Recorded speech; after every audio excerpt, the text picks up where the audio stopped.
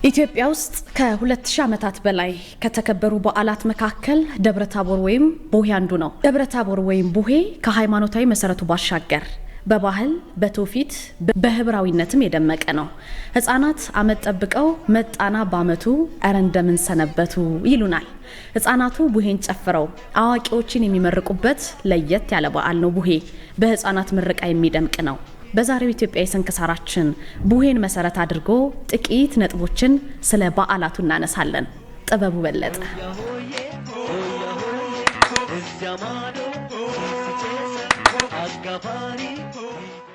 ውድ የአሃዱ ቤተሰቦች፣ ኢትዮጵያ አገራችን ብዙ ባህሎች፣ ብዙ ወጎች፣ ብዙ መገለጫዎች ያሏት ህብረ ብሔራዊት አገር ነች።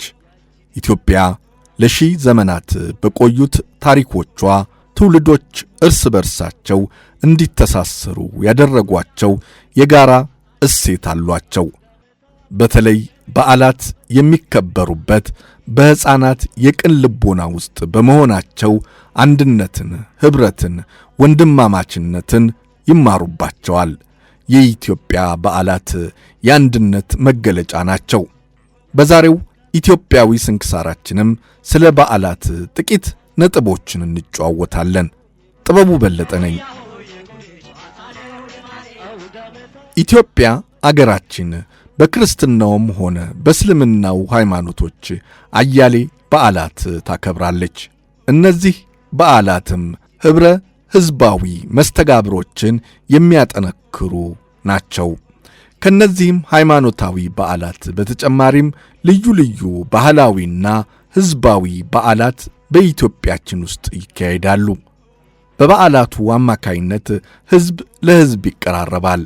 ሕዝብ ለሕዝብ በፍቅር በአንድነት ሆኖ እየዘመረ ከቤቱ ይወጣል፣ በጋራ ይጓዛል፣ እርስ በርስ ይተዋወቃል፣ ሀገራዊ አንድነቱን ያሳያል። የበዓላት ፋይዳው ዘርፈ ብዙ ነው።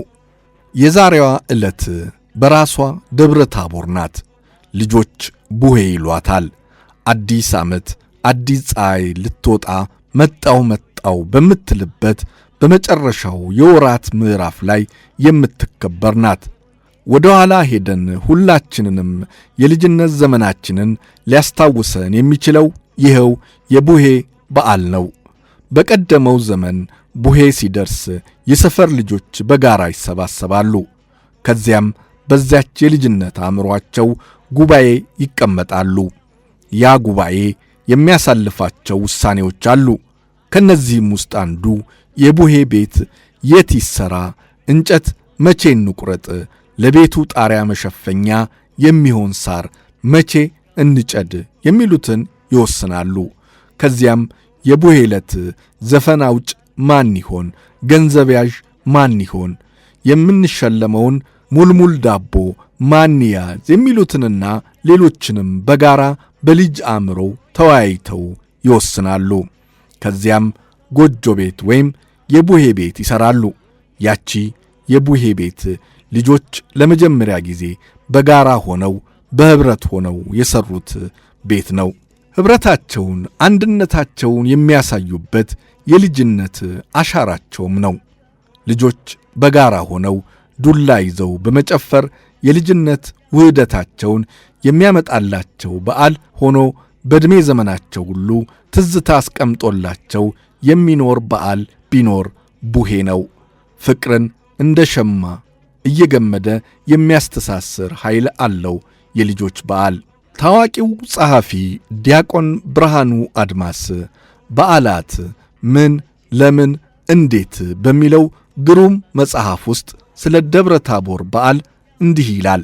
ይህ በዓል በኢትዮጵያ ቤተ ክርስቲያን ከ9 በዓላት አንዱ ነው ይላል ብርሃኑ አድማስ።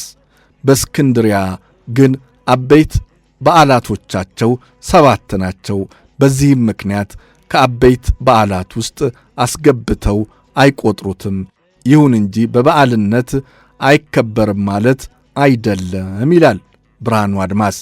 ወደ ኢትዮጵያም ሲመጣ ይህ በዓል ጥንታዊና ምስጢራዊ ከመሆኑ የተነሳ በኢትዮጵያ የተለያየ ባህላዊ አከባበር ሥርዓትም እንዳለው ያወሳል።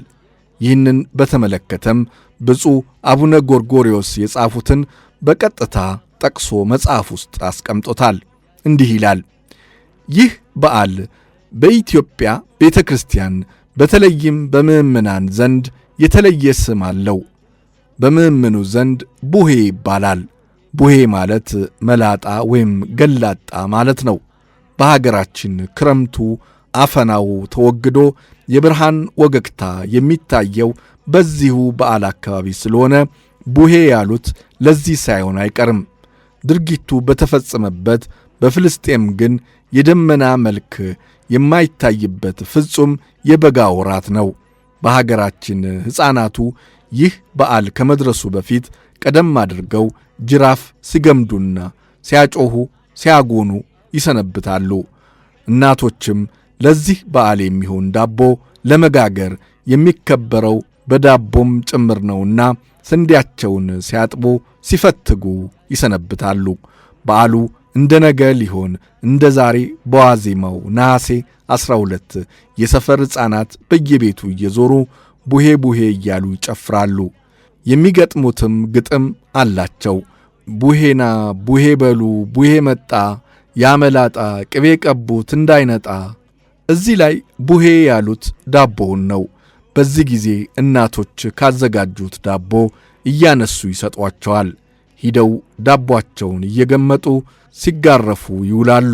ለግርፊያው ተምሳሌት ባይገኝለትም የጅራፉ መጮህ እንደዚሁም ደግሞ ማስደንገጡ የሐዋርያትን የጴጥሮስን፣ የያዕቆብን፣ ዮሐንስን በድምፀ መለኮት መደንገጣቸውንና መውደቃቸውን ያስታውሳል።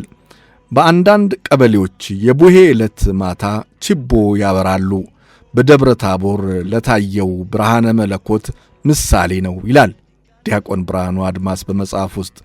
በዚያውም ላይ በኢትዮጵያችን የጸሎተ ክረምት ዋዜማ ስለሆነ ቡሄን ብርሃን ቢሉት ይስማማዋል።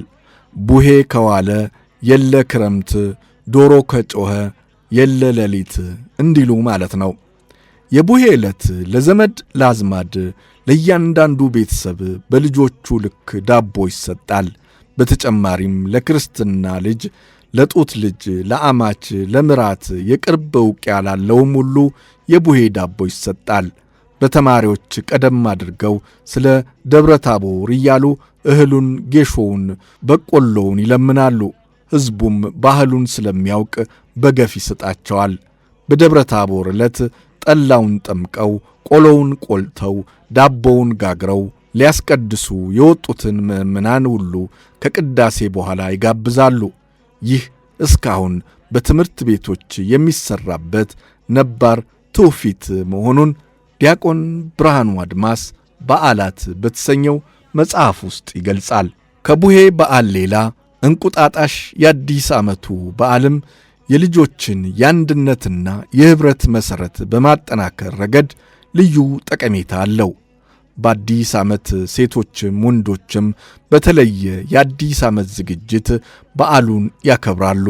አበባይሾይ እያሉ ሴቶች ሕፃናትና ልጆች በጋራ ሆነው ዘምረው ገንዘብ ሰብስበው ይካፈላሉ። ወንዶች ስዕል ስለው ቀለም ቀብተው የአዲስ ዓመት ስጦታ እያሉ በየዘመድ አዝማዱ የሄዱ ቤተሰባዊ መስተጋብሩን የሚያጠነክሩላቸው የባህልና የእምነት አምዶች ናቸው በዓላት።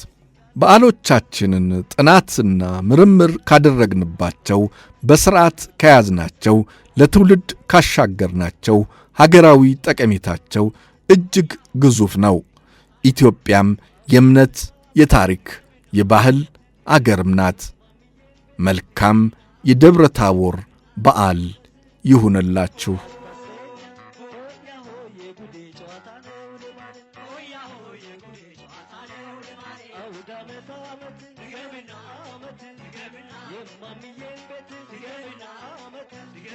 ወርቅ ይፈስበት ድገምና አመት